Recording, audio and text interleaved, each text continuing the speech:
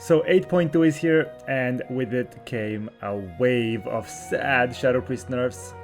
9% of Shadow Word Pain and Vampiric Touch, and Auspicious Spirits has been reduced to 50% from 70%.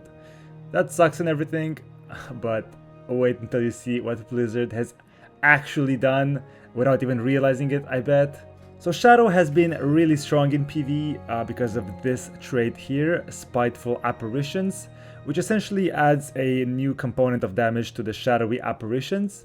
Now Auspicious Spirits used to increase the damage of your spirits by 100%.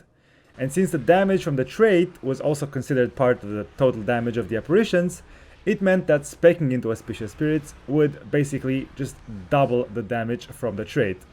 That was a lot of damage, so they patched it by making the trait deal 75% more damage if you do not spec into the talent.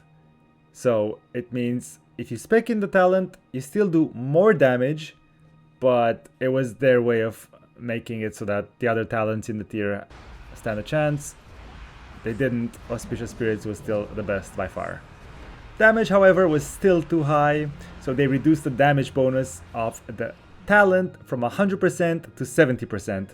This was a huge nerf for Shadow Priest. It wasn't enough. And here we are in patch 8.2 with the talent being nerfed once again down to 50%. However, Blizzard must have forgotten about the 75% extra damage rate when you decide to not select the talent. And that takes us into the present, where speccing into a talent that states increase your damage dealt by this ability by 50% is in fact making that ability deal less damage. So speccing into Auspicious Spirits actually makes your shadowy apparitions deal less damage than if you don't spec into it.